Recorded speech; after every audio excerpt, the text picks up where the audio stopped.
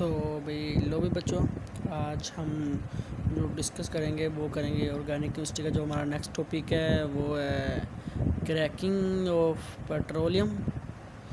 तो मतलब मेन जो हम करते हैं क्रैकिंग वो सिर्फ इसलिए करते हैं ताकि हम अपनी जो गैसोलीन है उसकी क्वालिटी नहीं, उसकी सिर्फ क्वांटिटी को इंक्रीज़ कर सकते हैं। तो क्वांटिटी इंक्रीज़ कर सकते हैं ताकि इसलिए ताकि हमारे पास जो जिस तरह हम ये कह सकते हैं कोई एक हाई ऑक्टेन नंबर मतलब क्वांटिटी में नहीं, हाई हाइड्रोकार्बन है जिसके अंदर सी है और एच की प्रोपोर्शन बहुत ज़्यादा है। हम उसको इस तरह ब्रेक करेंगे डिफरेंट मेथड से, मतलब डिफरेंट मेथड से, तो उसकी जो सी एच की वो एक तो टुकड़ा है, मतलब आप ये कर लें एक जिस तरह ये हमारे पास ये बॉल फंड आ जाती है, एक ये टुकड़ा ये मिल के अब इसने बनाया है एक, ठीक। हम ये एक बड़ा टुकड़ा है, इसकी एनर्जी कम, इसको हम छोटे टुकड़े में डिवाइड करना है। मेन मसला क्रैकिंग है ये, वर्ल्ड जाहिर कर रहा है क्रैकिंग पेट्रोलियम, ठीक है। तो क्रैकिंग पेट्रोलियम हम करेंगे सिर्फ यही कि हम इसके अंदर ब्रेकडाउन करेंगे अपने हाइड्रोकार्बन की, उस हाइड्रोकार्बन के जिसका बॉइलिंग पॉइंट ज़्यादा है उसमें जिसका बॉइलिंग पॉइंट कम हो जाए, ठीक हो गया, ताकि वो ज़्यादा से ज़्यादा हमें जलने में मदद कर सके। मतलब जितना जलेगा उतना हमारे लिए फ़ायदा होगा। एग्जांपल जैसा C10H34, इसमें 10 कार्बन लिखे हुए हैं। हम बनाएंगे जो हमारे प्रोडक्ट आएगा उसके पास उसमें भी कार्बन उतने होंगे, हाइड्रोजन भी उतने होंगे, लेकिन फ़र्क क्या आएगा उसके अंदर बॉन्ड डिफरेंस आ जाएंगे। अब ये बात मतलब जो ग्रीन से लिखा हुआ MD कैट के लिए है कि मतलब जो ब्रेकिंग करेंगे ना किसी एक हायर हाइड्रोकार्बन की, हाई हाइड्रोकार्बन मीन मतलब जो सॉलिड हो रूम टेम्परेचर हायर वही होगा, उससे जो वैसे हायर हाइड्रोकार्बन कोई नहीं हो सकता। हाइड्रोकार्बन वो जिस सॉलिड हो रूम टेम्परेचर पे आप C8-9 से ऊपर जाएं तो सारे नीचे सॉलिड आ जाते हैं। हाइड्रोकार्बन के हम ब्रेकडाउन करेंगे तो उससे एक अल्कीन बनेगा, बाकी जो बनेंगी वो अल्कीन या अल्काइन बनेंगी, ठीक है। लेकिन जो अब हम FSC के लेवल पर स्टडी कर रहे हैं तो इसलिए हमारे पास सिर्फ 3 वेज आते हैं इसके अंदर। थर्मल क्रैकिंग आती है, स्टीम क्रैकिंग आती है और एक एटलाइटेड क्रैकिंग आती है। मैंने इसको मतलब बुक पे जो हमारे पास दी है उसकी वो तरतीब और, लेकिन इसलिए लिखा है मतलब जिस तरह वो ज़रा जो लो है फिर अच्छा है फिर अच्छा है, ठीक है। तो इस तरह वो मैं कह रहा हूँ सबसे पहले थर्मल क्रैकिंग है। जैसे वो लफ्ज़ थर्मल सजेस्ट कर रहा है कि जो मतलब हीट इसमें यूज़ करनी है। अब आपको मैं बताऊँ कि हीट और मॉइस्चर में क्या फ़र्क है। हीट मीन तपिश कह सकते हैं हम, या किसी भी गर्मी कह सकते हैं, मतलब कोई भी गर्माहट जिसका टेम्परेचर हाई हो वो हीट है, ठीक है। लेकिन अब जो आप उसको कहते हैं कंबस्टन कहते हैं, वो होती है बर्निंग, मतलब किसी चीज़ को जलना in the presence of excess oxygen.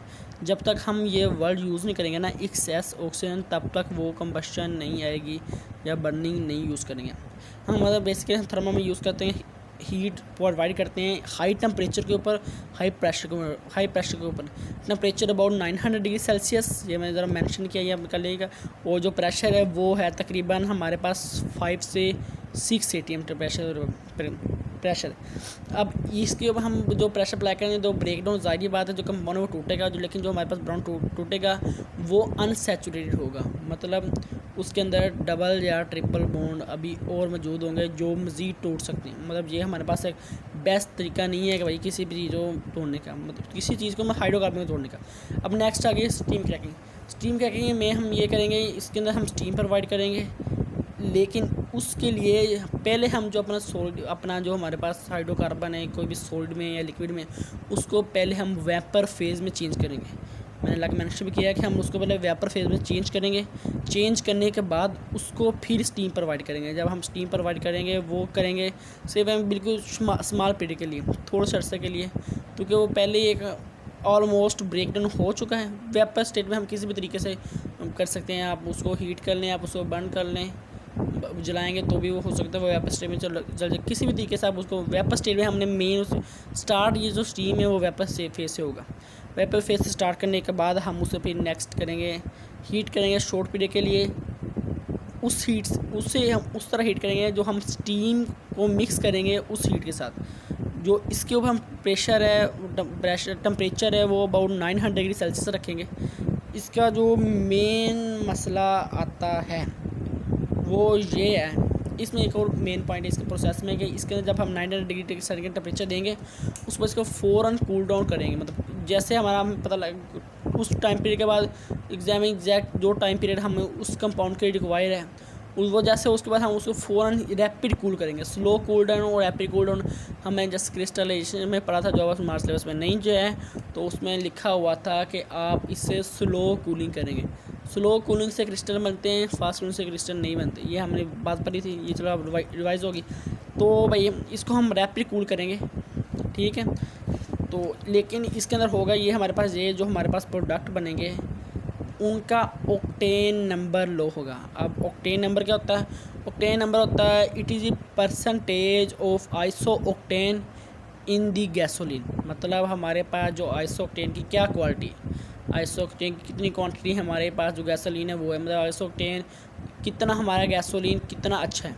हम जो आम बाइक्स में यूज़ करते हैं पेट्रोल, वो उसकी क्वालिटी अबाउट 87 होती है उसकी, मतलब हम कह सकते हैं उसका जो ऑक्टेन नंबर है वो 87 है, ठीक है। इस तरह जो octane number high octane use होते हैं, मतलब जो थोड़ा सा एक्सपेंसिव होता है जिसके लेड फ्री भी कहते हैं हम उसको, अक्सर हाई ऑक्टेन भी कहते हैं, उसकी जो क्वालिटी है वो अबाउट 87 से 92 है।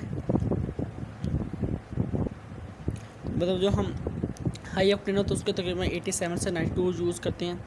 जैसे ऊपर लिखा है इसका मेन पार्ट हमारे पास ये आता है, जो हमारे पास सैचुरेटेड कंपाउंड आते हैं, मतलब जो हमारे पास प्रोडक्ट्स आती हैं इसकी, वो एक तो अनसैचुरेटेड होती हैं और वो भी लोअर अनसैचुरेटेड होती है, मतलब उसका हाई नंबर ऑक्टेन नंबर इतना ज़्यादा नहीं आएगा, ठीक हो गया।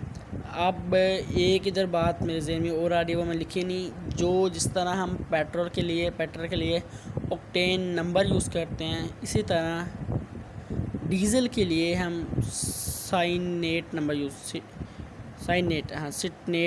करते हैं। मेरी प्रोनाउंसिएशन में थोड़ी सी मिस्टेक हो सकती है, लेकिन चलें आगे हमारे पास कैटालिटिक क्रैकिंग, ये मेनली जो हम लेटेस्ट यूज़ करते हैं अबाउट हमारी बुक के मुताबिक, क्योंकि हमारी बुक लास्ट टाइम अपडेट हुई थी 2004 में, उसके बाद अपडेट नहीं हुई है, लेकिन चलें खैर जो भी है। तो बुक के मुताबिक जो अच्छी सबसे अच्छी टेक्निक है वो कैटालिटिक क्रैकिंग है, क्योंकि इसके अंदर जो हम एक तो हमें टेम्परेचर इतना ज़्यादा नहीं देना पड़ता, दूसरा हमारे पास प्रेशर इतना हम इसके ऊपर ज़्यादा हाई नहीं करना पड़ता, तीसरा हमारा ये फंक्शन से तेज़ हो जाए क्योंकि हम इसके अंदर कैटलिस्ट यूज़ करते हैं। जल्दी बोल गए, चलो खैर।